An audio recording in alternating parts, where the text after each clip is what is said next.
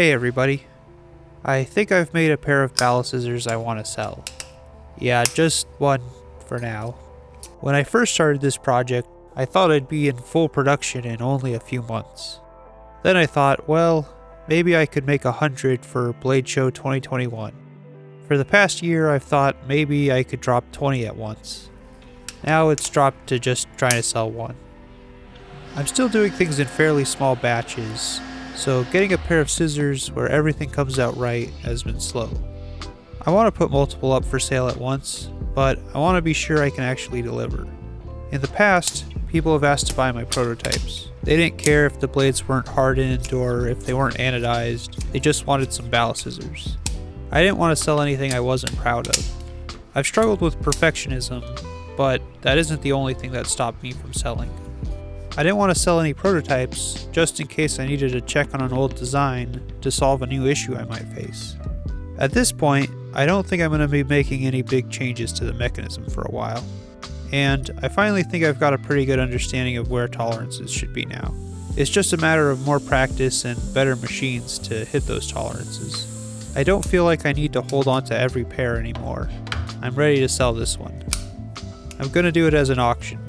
People always ask me how much they're going to cost, and I still don't really know the answer. I've put in a lot of work, but there's still things that could be better.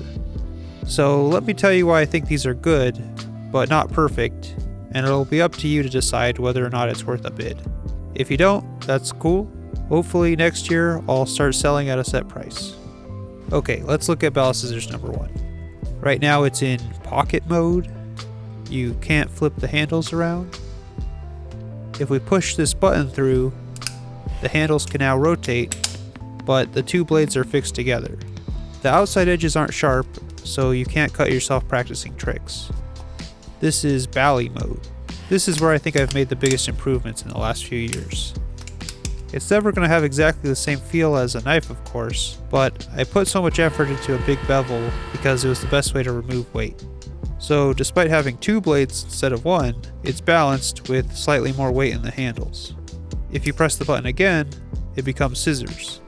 Magnets repel the blades apart. This makes cutting easier because the handles don't have finger holes like scissors. The scissor part is where I still need to keep learning, and that's what I've been trying to do for the last few months. People have told me they want to use my scissors for everything from cutting hair to trimming trees. Unfortunately, I don't think these are for you. I'm just calling these paper scissors for now. For heavy cutting, I'll readily admit that something made from two hefty pieces of steel is going to last longer than my aluminum steel contraption. Light cutting is what I'd like to keep improving on. They can now sort of cut fabric. I say sort of because they only cut fabric on the half closer to the tip.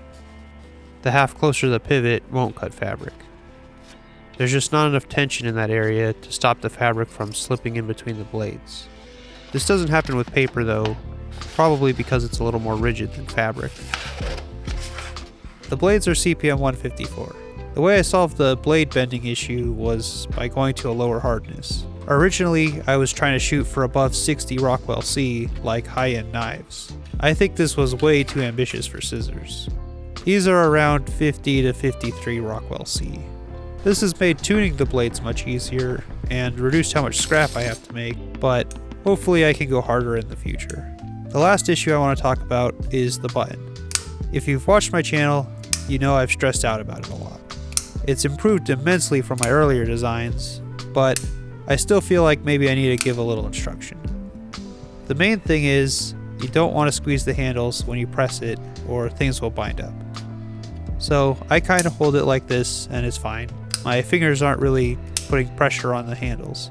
Or you could press the button with two hands, and maybe that's a good idea to do first anyway, just to get a feel of how much pressure it should take when everything's lined up. Or you might find it easier to push the button upwards with your finger instead of your thumb. And make sure you've actually pushed the button all the way. If you were to press the button partially and then really yank on the handles, you'd probably do some serious damage. Oh, and in scissor mode, when the blades are fully open, you can't press the button. I don't know what people expect it would do if you tried pressing the button, but I've seen a couple people try, and yeah, it just doesn't do anything. Close it up, you press the button again, and there you go.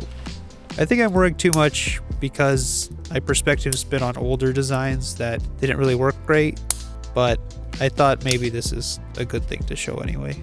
So now you've seen them, and I'd like to do the auction about a week from now. I'm going to try to do it through Discord. Please be over 18 and in the US if you want to bid, and more details will be in the video description. If it goes well, and I've made more pairs I'm happy with, maybe I'll do more auctions, but I'm not sure how many. Follow me on Instagram if you want to see a post on the day of the auction or any updates. Thanks for watching. I hope this is the start of a new chapter of this project. I'll see you next time.